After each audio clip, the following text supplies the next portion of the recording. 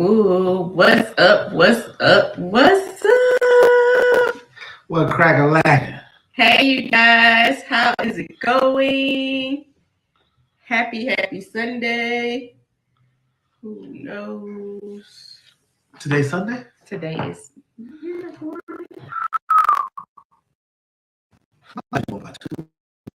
I'm trying to tell you.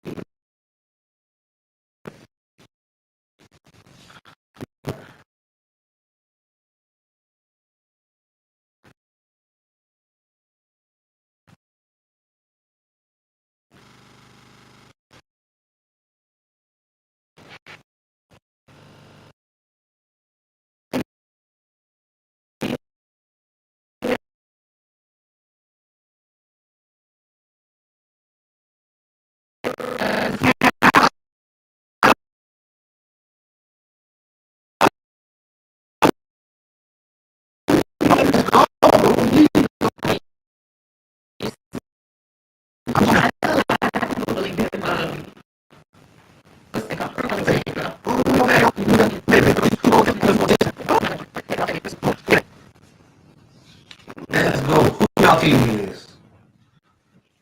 You got favorite team dropping your chat. Favorite NFL team. Who your NFL team? Drop in the chat. Alright, today, what did I do? I think you were counting my day though. Oh no, that was just I ain't in the house today except for our coaching call. You took Trinity I to picked up Trinity well, they had a game out of town that got canceled, so that was a short little trip. I am so happy. Yeah, I hope y'all don't mind me taking my earrings off. But you already doing it. I want to wind down too. Took Trinity this morning. They canceled it, and we were actually about to go to church, but we all couldn't get our heads together on time. But had we not, she probably would have been standing out there waiting on us to come back. Because church was not over when she got back here. It was not. She was like, I'm so happy. Because she asked me before when I dropped it off, are you guys going to church? Because I'm going to watch it on my phone on the way. Now, we actually did watch church at the house. Yeah, so even though we didn't go, we definitely attended the live virtual church. Absolutely. All right, let's get it, you guys. Tonight's wind down is sponsored by Frank, the mentor. Follow Frank on IG, Frank the mentor on IG. Frank has been showing us love since day one, honestly, faithfully, of our 30-day challenge. Antonio wanted to know what today is. So Antonio, what do you guys show? Tonight we're going to do relax and some Rizzling. Now, as much as I like reds, I really love Rizzlings. So, if you guys would like to sponsor one of our right now sessions, this week is the last week, honestly, with the wind downs. I'm going to tell you exactly what it is. But we'll be happy to shout out your business, shout you out for sponsoring one of our wind downs. So, let's find out what today is, and I'm going to count the days that we didn't do. I don't count Antonio. That's not a part of your 30. Antonio missed 2 days. I don't know about that, bro. 2 days, so we're going to count 2 days. I'm done with y'all. It is. It's not easy. Hope y'all enjoyed it. Hope hope y'all got something out of it. But we're gonna have to adjust this next time. I don't know. We're gonna do a different time, maybe during the day. Maybe we're gonna do maybe just 2 or 3 days or 1 day out the week.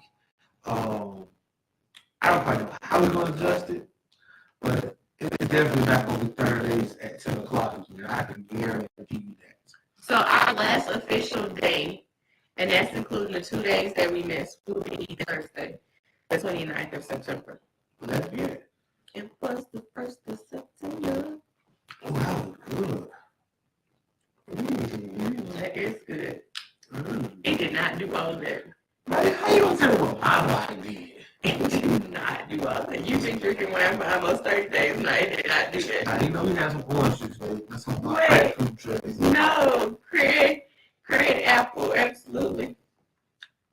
We did. All right, you ready to get into it? Tonight we're going to talk about fix and flip. Let's go. All right. I'm going to keep this up just in case we get some questions that you want to see faster. What you mean? All right, let's get to it. All right. Fix and flip. If you guys can hear us good, put a thumbs up. But I can hear you in the chat. Why can I give a heart or a like or why is it so difficult to set thumbs up? I still say I can hear you in the chat. Audio is not clear. See, that's why I asked. All right, that ain't what you said, man. Where is your? You can use your microphone.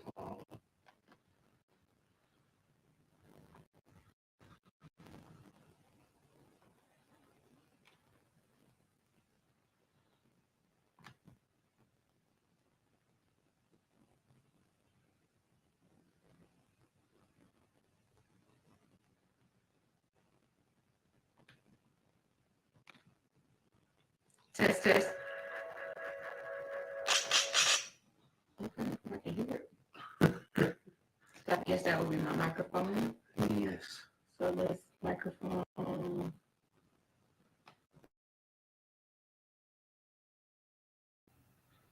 Test, test. Okay. All right. Let me know if this is clear. Can you hear us better? Don't take me off Wi-Fi. Done. Perfect. All right. See, good stuff. I noticed people were jumping off, so I was wondering if they could hear us. All right, good stuff. Thank you, Miss Kathy. Thank you, Miss Kathy. So I gotta do my whole dolphin spell again? No, we ain't got time for that. All right. You ready? I've been Let ready. me grab this from you because you be thinking you so slick. Tony will get sidetracked, y'all, and he'll start strolling before you know it. So I have to take all gadgets away. He's just like a 2-year-old sometimes. I think I got undiagnosed ADHD. It happens to a lot of us. All right, so here we go. How do we get our deals, Mr. Mark? All right, so we get our deals one of 3 ways. And honestly, I know y'all like, why did she spit that out like that? One of 3 ways. We get it from referrals, we get it from wholesalers, and we get it from MLS. Good job. I just want to make sure you're paying attention. And we get it from the MLS. MLS. Got me. Those are the 3 ways that we get our deals. And when I'm saying deals, I'm saying potential houses that we are going to buy, we're going to rehab it, and then we're going to disposition it. All right. Now, to go a little deeper, disposition means that we're going to. I have to make this that like way, Leah. That way, what I was going to say. What? Go on. Disposition means what's our exit strategy. All right, go. And to go deeper, when we say we get it from wholesalers, we like Facebook, different groups in Facebook, that we like to get our leads from. Absolutely. A lot of times we are on a lot of wholesalers' emails list. So we get emails from them with potential deals, and then someone on our team reviews them to run our numbers on them. Basically, do a desktop analysis. But we got 2 under contract. Well, no, we got 3 under contract. 1 came from an old friend. Mm-hmm. It's his house. So that's what we would consider a referral. Another one came from a wholesaler, Mm-hmm. and another one came from another wholesaler that couldn't sell the property. Yes, and then we have two potentials that you need to go look at that are from the MLS that the buyer couldn't close, and they wanted to know if we can close. Well, I went and seen one. Okay. I ain't tell you about it. No, you didn't. So in our eyes, we're waiting on a response. Gotcha. Can I give it to you now so I ain't got to say it later? Tell them our on the park 35235 one. We offered 120. They came back to us and said they were interested at 120, but honestly, we'll go down to about 100 on it. It's got a bad heel. Need a lot of work to it. We ain't in dire need of properties right now, so we'll give them 100 for that one. What's the other one? I can't think of the other one off the top of my head. Okay, but I'll check your messages. All right, so that's how we get our deals. Basically, 1 of 3 ways. What makes you flip properties? Like, what determines if it's a flip, if you're gonna wholesale it, if you're gonna burn it? Kind of what determines that? Okay, so one thing when it comes to me, for flips, I'm always looking at what's my current inventory as far as how many houses I have right now that we're actively doing. I don't like to be over 10 properties at one time. I prefer to be at 5 at a time. But this year has really been a 10 property at a time thingamajigger. So I don't want to be past it. When I'm past it, I'm going to try to wholesale it to someone else. Or, I'm going to try to wholesale it to someone else. I don't want to necessarily give up on it, but I don't want to physically take on more than our team can handle. So I would say for us, if we had a perfect world for what we like, what we can handle, I would say we'll probably have 1 to 2 properties on the market to sell. Right. We will have probably 2 properties, 1 to 2 in the rehab stage, and we'll have 1 to 2 in the pipeline. Agree. So that's, I guess, 5 to 6 is kind of our sweet spot, where 2 on the market to sell our lease option. We got 2 that's being rehabbed at a time, and we got 2 that's either we're just closing on or we're getting ready to close on. So we can keep that stage. Life is smooth and easy. But just like we say 10, but we got 1, 2, like 3 on the market. No, we ain't got 3 on the market. Villa. Trustville coming to market. But it ain't there yet, so I don't count that. I mean, it's a day away. So we have 1 that's on the market, but we have 2 that should be hitting the market in a few days. This week. 3. 3. Because 837 is going to be this week. Okay. I haven't seen 837 last week, so I don't know. 7129 going to be this week. Okay. 301 going to be this week. So it's going to be 4 this week. Yeah, they working on it. Oh, I haven't seen 301 last week. Well, I say 301 next week. Next week, yeah. For the pool. The house, though, is going to be ready. The house is done. Yeah. Okay. So I think I feel better if all of them are transitioning out, because then I feel better to buy more. Yeah. All right. So we're at number what? 2 in current rehab, 1 waiting that we already got. Well, 2 waiting we already got. So we're doing good. So when do I burr? I burr when I'm in the... I didn't ask you when you burr. You said, when do I choose to burr? I said, when did you choose to fix and flip? Wholesale and burr is what you said. When did you choose to fix and flip? This is a fix and flip topic. Okay, so I choose to... You're right, though. I choose to fix and flip when the property is 200,000, really 180 ARV or greater. Is when I choose. That's all you gotta say. Yeah. For most people, flipping is sexy. Flipping is the hot It's thing, exciting. Flipping is exciting. and it really is. I'll be honest with you. Yes, you get like a rush when it comes to flipping. A rush on how fast can I turn this property? How cute can I make this property? Um, how much money I can make on this property? Like it's all a constant rush. And I like to say enjoy that rush Yes, because it's addicting. It's definitely addicting. I'm never saying definitely addicted. I don't want to buy houses. I'm like, where's the next one coming from? Where Yeah, she get caught up with that too sometimes. I So do. that's how we get to 10 because she don't Maybe. know how to say no. No. Done a little better But job. We've wholesaled a little more this year than ever. yes, now in total transparency, we would never wholesale a deal. Yeah, It probably wasn't until 2020 when we started wholesaling deals because deals were coming left and right, and we were trying to finish up so many deals to hurry up and get them on the market that we realized we couldn't do it. And a lot of our contractors was catching COVID doing like I forgot about that they were part. catching COVID, we was catching COVID, like everybody was catching COVID. Yeah, So we ended up wholesaling quite a few deals during COVID time. And that was probably the first time we had ever really wholesale because we would be that greedy kept us afloat for real. yeah, we would be greedy sometimes and say, no, we want to buy all the properties. No, we couldn't buy all the properties.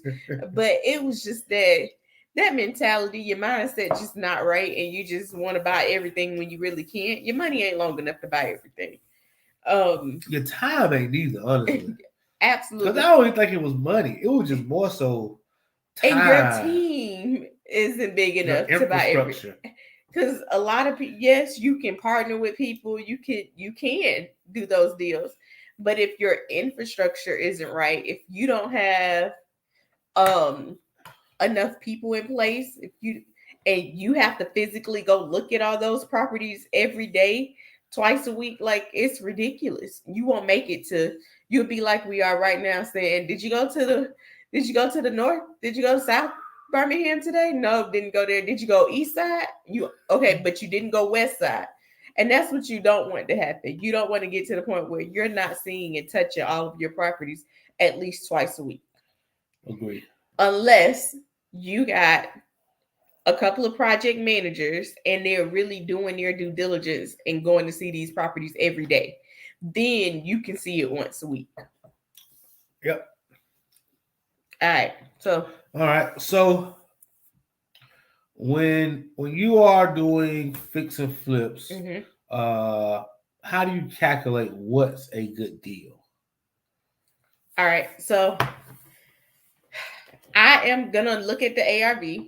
So What's the ARV? I'm gonna have either my agent, somebody, if not myself, we're going to look at the comps in the area. So we're going to look at comparable houses in the area. I am going to add up the highest three comps that are in a 0.5 mile radius to my subject property that sold in the last 6 months. I want them to be as close to square feet and bath as possible. All right. So they're going to Bed. Got bed. bed and bath as possible. In my head, I said all that. Done. Um, and then I'm gonna divide it by 3. So there's 2 ways you can find the ARV.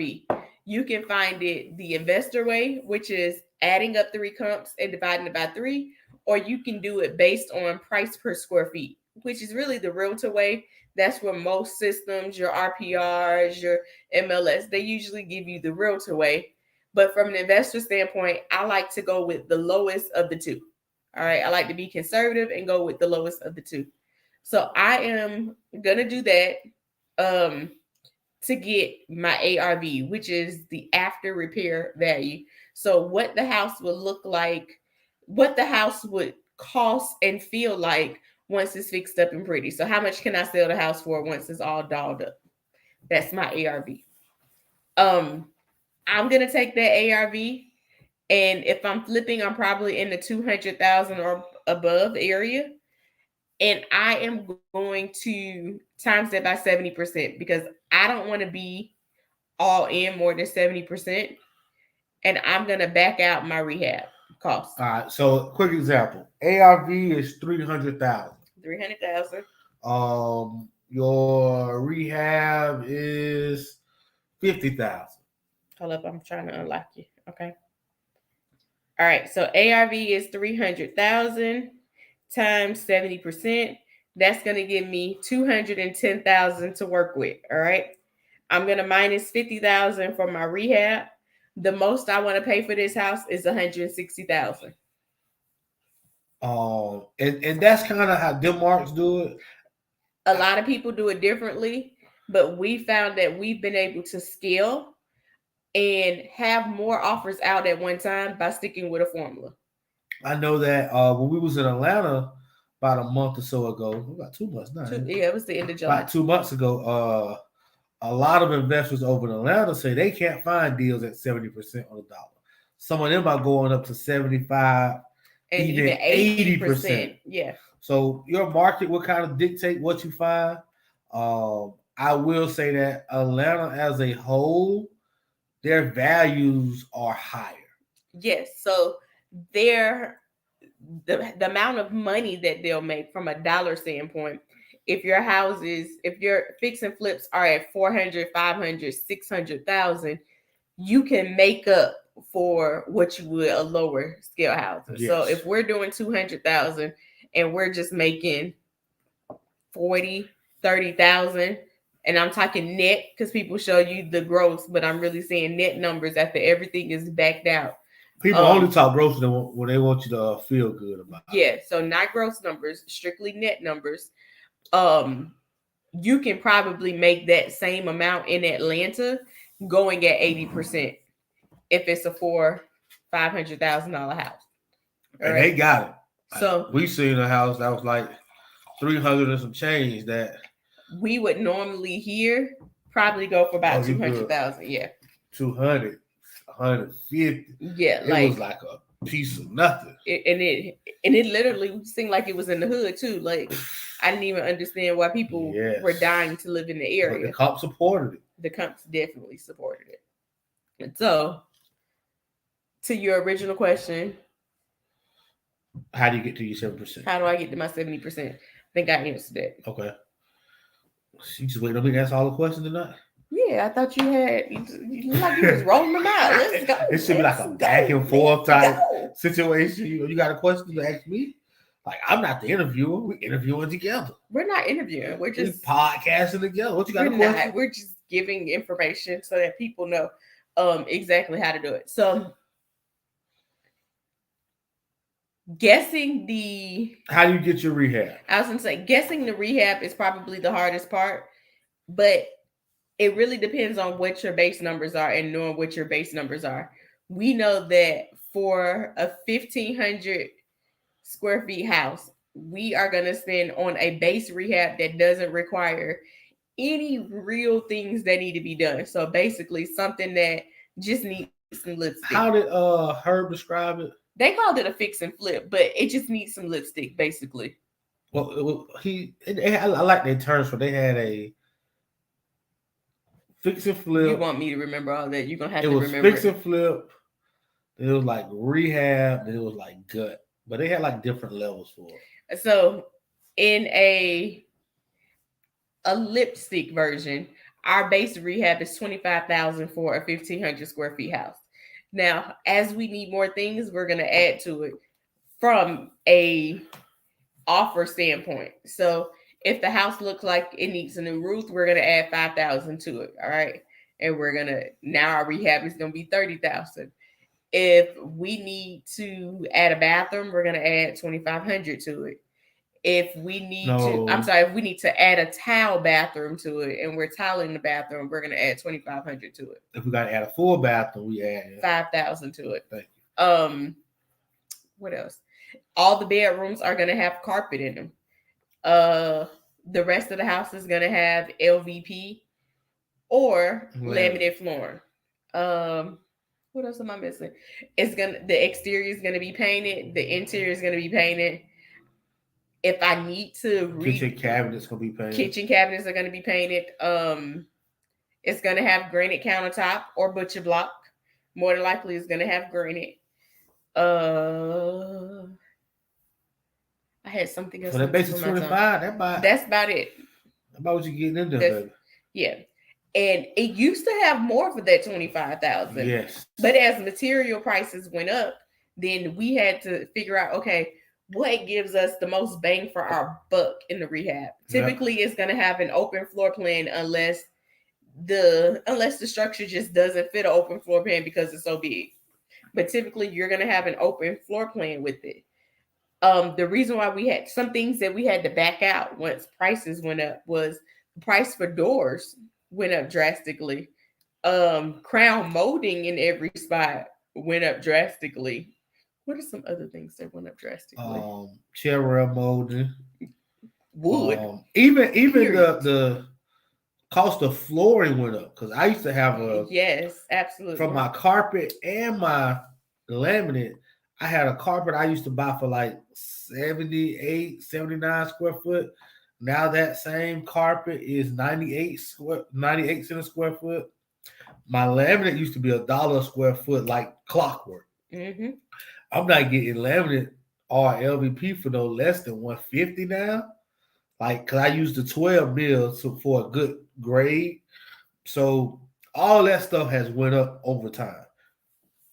But I will say you wouldn't know it if you wasn't keeping track of your numbers. Absolutely. You would just realize you went over budget later when you backed into it. With flipping, it's important to really keep your numbers to really see what it is. Oh, so sorry. I'm just playing with this.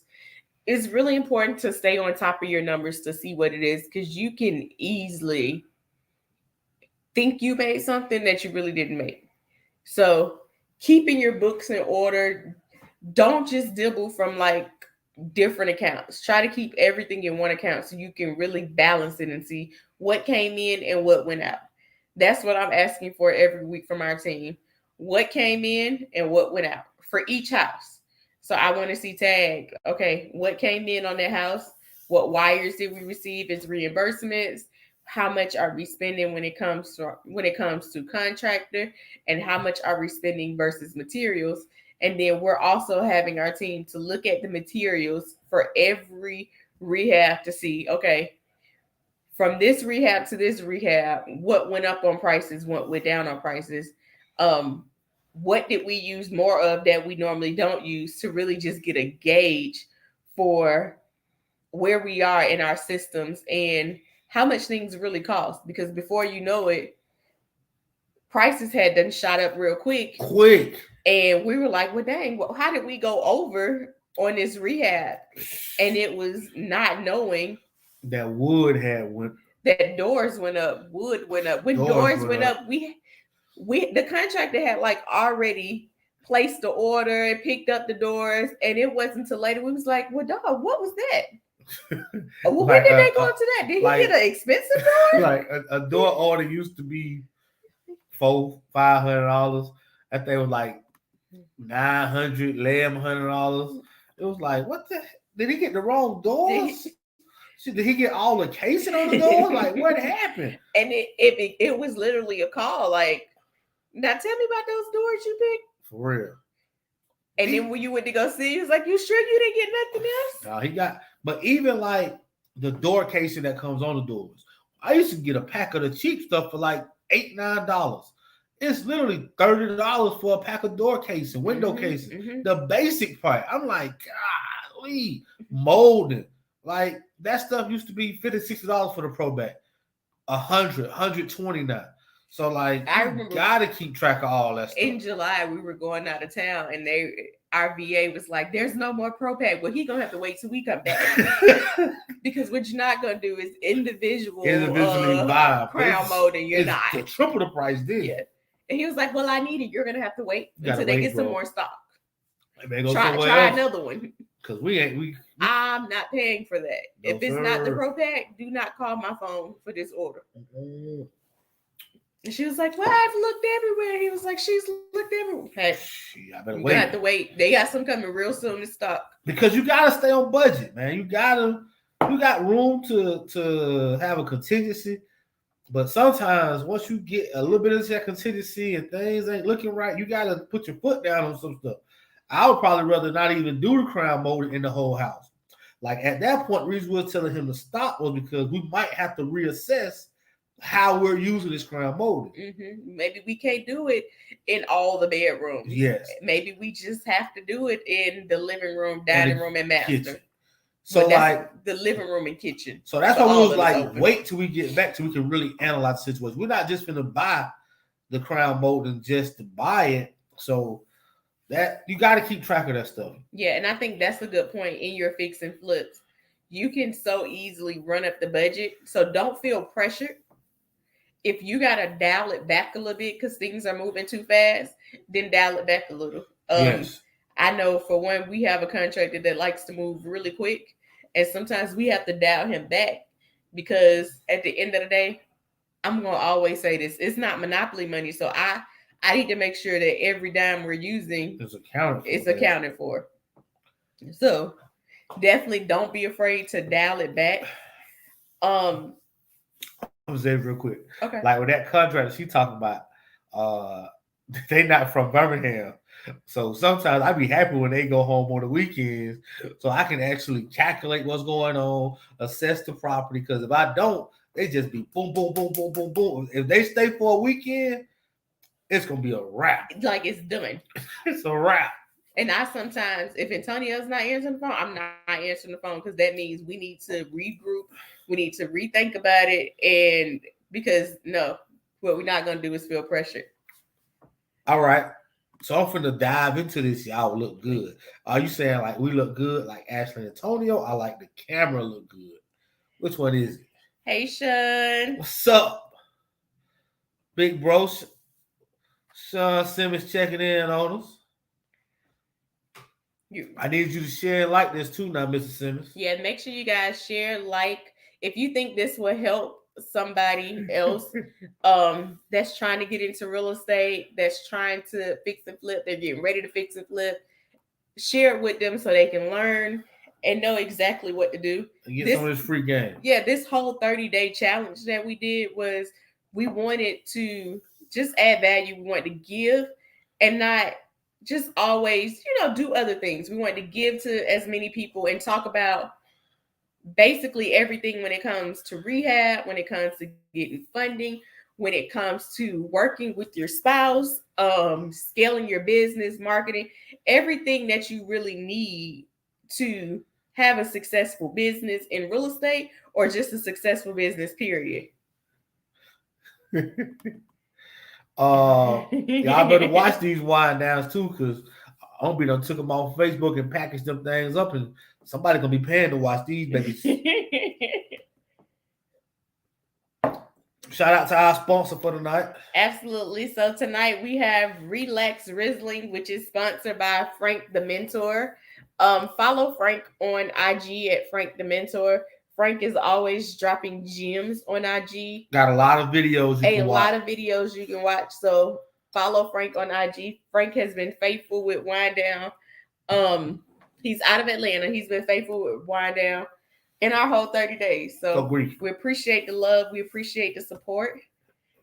And make sure you follow Frank. And if you in that Atlanta area, you thinking about getting into real estate, hit him up first, man. Hit him up. Absolutely. All right, you ready? So we talked about how we get deals. How do we do our numbers for deals? We talked about staying on budget for the rehab. I think the hardest part in the fix and flip is that last 20% for real. It's 10. Definitely the 10%. It's 10. But the 20% sometimes really gets our team like blown away. It's like they can't see the details. And when you give them the details, sometimes they shut down. So make sure that last 10% is good. Make sure you just get it done. Like that first 90% goes by so quick. And you see such a big transformation in that first 90%. But that last 10%, you don't see a transformation at all. Everything still looks exactly the same. And I think that's what frustrates people so much where they don't want to do that last punch list, or that last punch list that should take a week, sometimes can take 3 to 4 weeks, because it's like it never ends. This It is the doesn't. song That that never I would just say from a person ends. that be in the Trenches. trenches on the rehab. It's like, man, it's like you get a punch list, then you get another punch Well, because the list. thing is, Antonio would do a punch list, and he like, yeah, this is a good punch list. Yeah, we good. And then I'll get a punch list after him, and I'm looking like, well, what did you fix? But I understand now that he fixed a lot in the first punch list. But when you fix that stuff, it's like 5, 10 more other things that just look so big that comes up next. And it's like, okay, well, then we got to do this. And then I can walk back through, and I'm Find a like, whole nother punch I didn't list. even see that. Oh my gosh. Yeah. And even our team, if I'm in there with our crew, if I'm in there longer than like 30 minutes, they know they're gonna see blue tape everywhere. They're like, Mommy, are you okay? I am okay. However, I stepped back and I saw this whole wall, and I saw all the drips on this wall that I didn't see when I first walked through this hallway. And so now that I'm walking back, I got a few more tapes that go. That's why That's it's gonna key be to go here. to your properties, man. It's Yes, key to make especially sure. before they wrap up. What I try to do is, they try to tell me, because they don't like me to do it sporadically. But what I try to do is, whenever I go there, I try to keep some blue tape in the truck so that I can just pull it out and as I see it do it. But that drives them crazy. They like to tell me when they want me to blue tape it, which is probably, they just don't understand, is the worst. Yeah, I agree. I guess last thing, I don't know if it's last thing, but last thing on my mind is, what are some of the fees that rookies Don't take don't account for. take account for? Okay. And in case I forget, I want to I know. don't like 2 questions at one time. I gotta say this out loud because I forget. Okay. I want to know biggest failure, biggest success. All right. So things that rookies typically forget when it comes to calculating on a flip, they forget to account for holding costs. I saw a post today from one of our students, and they said the max time that they'll be in a rehab from purchase to sale was 3 months. Honestly, that has never happened. It's never happened. Um, Not saying that the house is not going to be done in 3 months, but what I am saying is you're not going to get it sold in 3 months. And let me tell you why you're not going to get it sold in 3 months. If you're getting an FHA buyer, you're going to have to wait to the 90th day of owning that house before you can have a contract. Typically, you're selling it to an FHA buyer, unless you're in an area where you're going to have more conventional. But typically, a lot of new flippers are getting it in your first time homeowner areas, and that's who majority of the buyers are. So you're going to typically have to wait to the 90th day to put a contract. If you have a contract before then you're not going to be able to get full price on your flip. They're going to deduct some of that because you're being hit with the flipper rule at that point. You're looking it up. I'm finna look at a weird stat. Okay. So that's why I say it practically never happens as far as being in and out in 90 days. I feel like 6 months is really good. Definitely 4 to 5 is good. But at 6 months, I feel like you're really good with getting in and out from a reserves and calculation standpoint. Another thing that most people don't see is they don't see how much they're going to have to pay in commission. So, for example, if the house that they're putting on the market and they're going to sell it for 200,000, at minimum, if they're paying 6% commission, they need to take $12,000 off of what they consider is about to be profit. You need to take that off. Just take it on off the top, because you need a realtor to sell it, and you're going to have a realtor that's going to have the buyer. So just go ahead and take that off the top. We did an example today for one of our students, and we were just trying to see, hey, what's your profit like if you flip this property? When I tell you they got a deal, it's a nice deal. Numbers check out. Rehab is high, but the numbers check out. And the ARV was like 205, The purchase and rehab was like 130. So on the surface, it looks like $75,000, but we calculated probably about 35 to 40,000 in fees that's going to come from that $75,000. So other fees. So we said the realtor fee. You're gonna have realtor fees. Well, commission. It's not fees. Commission. You're gonna have holding costs. You're also gonna have lender fees. Your interest. Your Sheesh. What you trying to get out, man? What you trying to get out? Get it out. Ain't nobody holding you back. Okay. If the buyer is asking for closing assistance and you need some seller concession, we typically budget for $5,000. Now, a few months ago, that wasn't the case because they were going over list price. You were getting multiple offers, so that wasn't the case. But now you really need to put that in your budget because it can happen. You're gonna have something come up in that inspection report. I have not found an inspector that said your house is good. Even on a new construct, you're gonna have some issues. So just plan for it. I plan for, and I know this isn't over, but I'd rather be over and plan for it and everything else just be cushioned. I plan for $5,000 when it comes to an inspection. Yeah, most of it is about $3,000.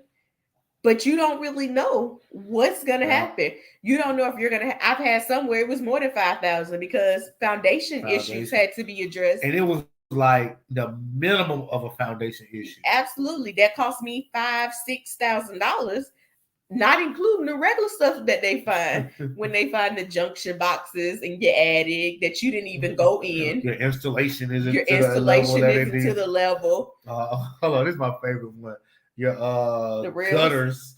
Your gutters don't extend 5 feet from the house. The rails got to be right. We had to tell one of our contractors, we're not even finna go through that. I need you to redo those rails. You tried to make it cute, but that's not gonna work past inspection. So we're gonna need you to go ahead and redo those railings right now. And we experienced. So the new person gonna get hit with all type of stuff. Definitely.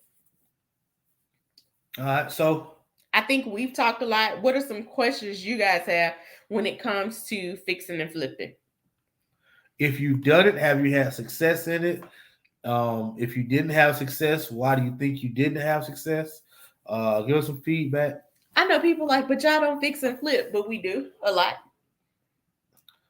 Tanya's gonna like, not a lot. But for your average person, we do a lot. Yeah. When you say it like that. Yeah. What's your biggest success in the flip game, Ashley? My biggest success in the flip. My biggest success was in a hotel. Does that count? We ain't talking about that. We'll talk about that next week on Real Estate 101. Okay. No, them hoes still. I hope y'all didn't hear her. I promise y'all didn't hear her because that was so inappropriate. Okay. Biggest success from a flip. I don't know, Tanya.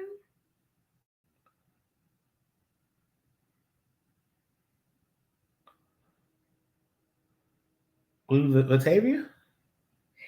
Definitely. Forgot all about that.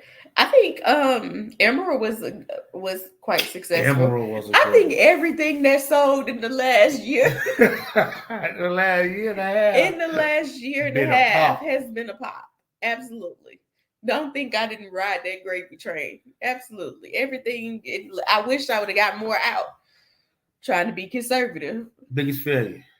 Ooh, when I made $5,000 leaving that closing table, I will never forget. That house was in Centerpoint. Listen, that was my biggest failure. No, from a number standpoint. Not the first one. Huh? Not the first one we did. That wasn't the Centerpoint. No, that wasn't a failure. Hold on, back up. Which one was a failure? Sheila. And that might have been a failure. That was a failure. That might have been a failure. That was a failure. Oh man. I think another one that was a failure. We don't talk about this, but it was a JV we did where we couldn't get nobody to buy it because the neighbor next door kept telling people I think how that might be that the might have been biggest the failure. biggest failure. That might be the biggest failure. Yeah, I would say that's the biggest one. that's the biggest one. Yeah, I would say that's probably the biggest one. And it wasn't the house was The good. house was amazing. It was beautiful. It was Man. immaculate. But the little neighbor outside, everybody that walked up, he would come and talk to him and talk about how the area just wasn't a good area. Yeah. And he was like a jump. I ain't gonna say. and then if you look behind his house, he was a pack rat, so he had a whole bunch of he was a hoarder. There we go. That's a better word. That one did not work out like we wanted it to. Yeah. I will say that. Yeah. That might be the biggest one. Yeah. At least the other was sold. Right. So yeah, that was the biggest from a experience. Now from a dollar amount, I ain't make no money on that house after a whole year. Year and some change. I ain't make no money off of it. It'd be like that sometimes. But I was happy to close on it. I actually closed on it on Halloween. Yeah. So I mean, and I think the thing about it is, all of them not gonna be super successful. No. You're gonna have to take some good with some bad. But that's why you leave cushion in them. That's exactly why. That's why you gotta make sure you have a little cushion. You gotta make sure you do your numbers right, because sometimes it happens. And you want to make sure the property gets done in a decent time. I feel like the bigger the rehab, the longer it takes. Definitely. That's a fact. So if it's not something you want to take forever, don't gut the whole house. Just don't. Yeah. And I guess kind of from that standpoint, a rule of thumb when it comes to real estate, and we can go on since nobody wants to talk about they flip. They just so perfect on here. But from a real estate standpoint, it's usually $30,000. I'm sorry, $1,000 a day. Yes. So understand that if your project costs you $40,000, really they don't work on the weekends. So you're saying 5, 10, 15, 20, 25, 30, 35. You're saying that's at least an 8-week project at minimum. Mm-hmm. More than likely, it's going to be 12 for a $45,000 rehab. So just keep that in mind. The higher the rehab, the more days it is to get that property back on the market. Yep. There should be a change when you get to some point, because $100,000 rehab does not take 100 days. No. Business days. Yeah, you're right. Okay, so I can see that. Business days. Okay. Not weekend days. Yeah, that's about right. How many times does 5 go into 100? Go into 100. Is that 2?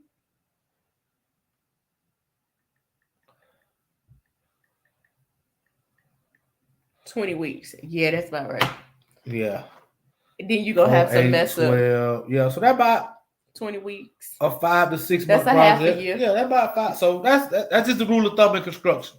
And that's if you get started on time, and if it's work done every day. So understand that that's if work is done every day. I'm telling you, at $100,000 rehab, a lot of times your contractors are not coming every day. And if they are coming every day, they're not doing a full work every day. Yes. A full day's work every day. I'm telling you, most contractors don't even work full days. They get there by 10.